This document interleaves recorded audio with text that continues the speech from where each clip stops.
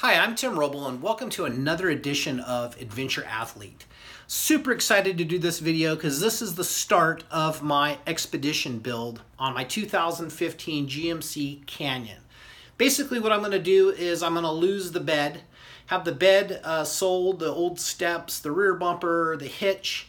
I'm going to build a custom hitch that everything's tucked up. The first thing that I'm going to be working on is shock mounts. I'm going to work on getting the shocks from being down in the dirt up to midline on the axle tube, and they're going to run up inside the camper, which I have plenty of room to do that with the frame. Talking about the camper, let's move forward here and talk about some of the renderings and the design parameters. Basically, I'm going to sleep up top, and my wife is going to sleep down on the bottom, down on a futon that'll be a couch for us. That'll make into a bed 5.5 foot long. On that same side, I'm going to have a porta potty, the Thetford taller model, and I'll talk about that in upcoming videos. I went with the taller because the shorter tank doesn't flush very well, and I've always had the taller one, so I went back to that. Let's talk about what we're going to do.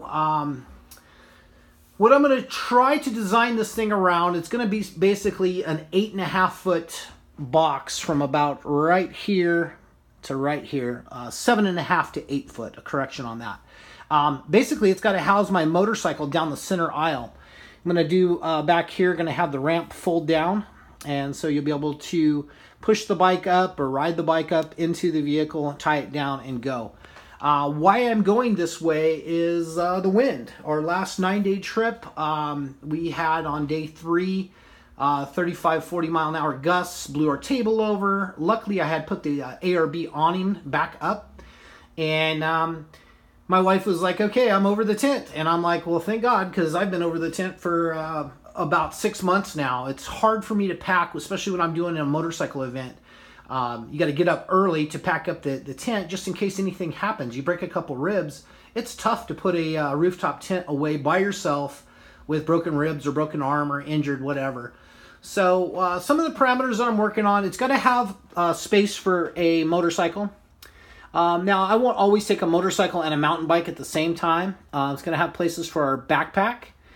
We now have an inflatable kayak and an inflatable paddleboard that work really good. Going to have a place to sleep, which for me is going to be up top, and I'm not sure which design I'm doing here. I'm still leaning towards this. It's a little bit more aerodynamic, and it is going to taper in the front.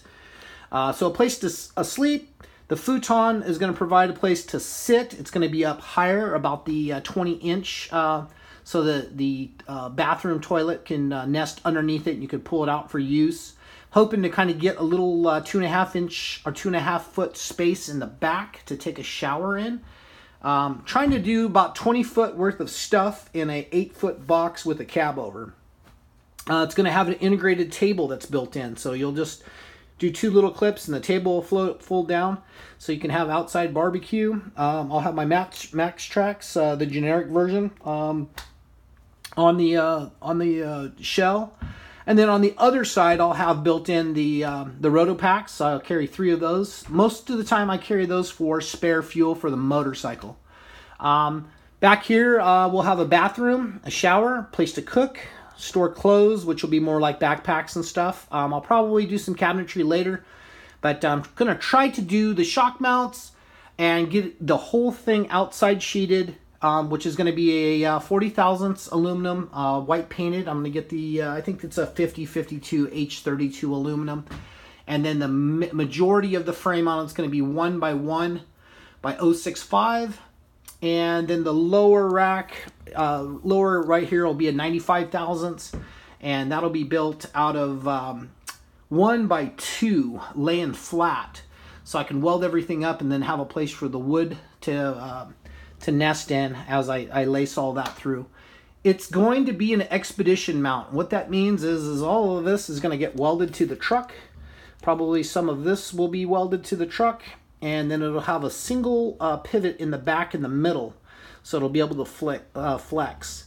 I am going to put a winch in the back. I already have lights for it. Once again, this is going to fold down. LED lighting will be all around the vehicle, 2 on each side. Other than that, inside, I have LED lighting, the strip lights. I'm trying to keep this thing lightweight. I'm looking at about adding maybe 600 to 650 pounds for the camper. If you do the math on all the tube I'm going to use and how it's going to be done, it looks like I should be able to pull that off. Inside's going to be birch. It's the real thin stuff. I think it's like less than a quarter, 3/16 or something. Trying to make it as aerodynamic as possible. Going to this list, practical. It's got to fit in a parking space. I want to secure all of our stuff inside. I will do on the back here 2 mounts to put take the front tire off of 2 mountain bikes. So the mountain bikes will probably nest in this area. That won't be something that'll be done all the time, but if it's something that we're going to do a trip where we're going out to camp on BLM land and I want to take a motorcycle and a mountain bike for me and the wife, there's not going to be room inside to do that. We may take her motorcycle, which I think I can probably wiggle that in. Talking about another design parameter, I'm not going to be any wider than the track width of the rear tires. Basically, that's going to be about 6.5 feet with what I'm sitting with right there. Lightweight, and I want it to be good in the wind and good looking. So I'm really going to work on aesthetics of this. It has to work well, but it's got to look good too, because it's a great looking truck as it is right now. It's just not practical for me to use continuously. Some of the things I do have a map that's going to be integrated into the wall. Inside will be all wood and stained. With that said, I'm going to use the Snowmaster on the other side. So we'll take a walk outside and show you a little bit around the shop. Here's the Snowmaster. Have set up, and as you can see, the house is tight. But full shop. Going to be using the Miller 211 to put it together. And so it'll be the Snowmaster up front. And then I got this cool sink off of eBay, which is a hand-hammered copper sink. And it's kind of got little irregularities in it, and I love it. That'll be hooked up to a drain on a butterfly valve so it doesn't drain out. And then next to that will just be countertop. So it'll be Snowmaster, sink, countertop. That being said, I got to move this little panel right here and put that right there. I know that's possible on the Snowmaster. Excellent refrigerator, by the way. Excellent. You can't beat it. Let's take a trip out here to the truck. I'm going to show you a little bit what I'm talking about these shock mounts. They really are down in the dirt. I noticed that when we were off-road a little bit, that it really takes away from a lot of ground clearance under there. So I haven't got as much done as I wanted to get done this weekend. I still have my battery box in and some of my boxes, and I haven't gutted the inside yet. So I got to get all of this off and ready to go. I got the bed sold, as well as the bumper, the hitch, the old side steps that I had on it. I'm going to take the solar off the top. We are increasing the solar to 300 watts of solar panel, which will be on top of the camper, and then a 200 amp hour battery. And this is basically a side yard what I have to work in, and not a ton of room back here, but it should work for me. Kayak that I'm putting for sale here this next couple of weeks. I got a lot of stuff that I'm changing up. Here's my little dogs checking on me. And I'll just take you for a quick walk around the back, show you the wood shop where I'll do most of our woodwork. I want to do some real custom stuff on that. I want to integrate some CNC plasma art. I got the Torchmate right here running the Hypertherm. Still utilizing the Everlast 255 EXT. I probably will not make anything machine-wise for the truck. Why I'm thinking about it, changing up those shocks. I'm ordering some 16-inch stroke remote reservoir with the compression adjusters on it for the Fox, and doing Deaver springs with the new axle. It put the pumpkin closer to the drive shaft. It's a longer nose on the pumpkin. So here's our rustic wood shop.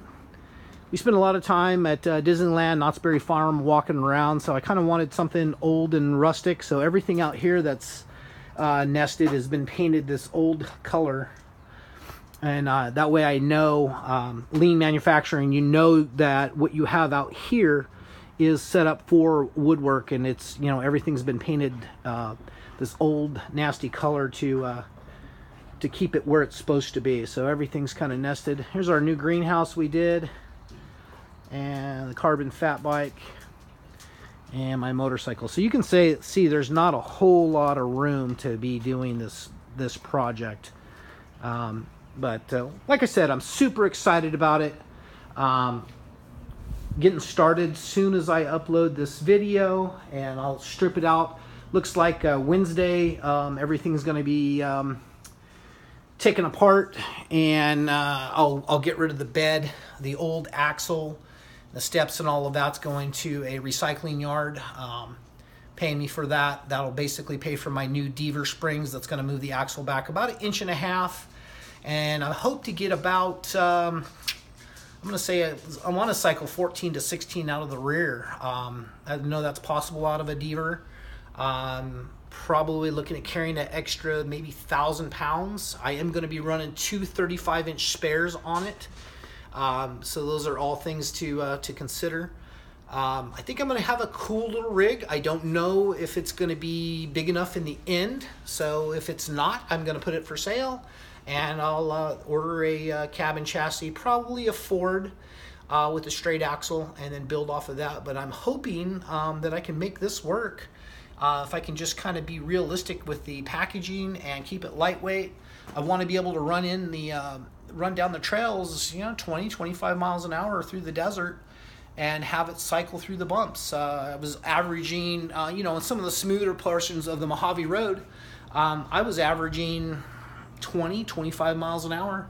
Would have to check up because the shocks in the back are not set up properly, and I think my drive shaft is running out of travel, and that's why I want to move it back a little bit. But we'll be able to get through all of that. I've built suspension systems and stuff before, and not a big deal. So that's going to be it for this episode. If you kind of like this type of thing, hit like and subscribe. I'm going to have a brand new video coming out every morning, probably for the next 3-4 weeks coming. I hope to be able to knock out all the shell and a basic interior build out on it, and have it all wired up and ready to go. That being said, I'm Tim Roble. I really appreciate each and every one of you. Thank you for watching, and I'll catch you here next time.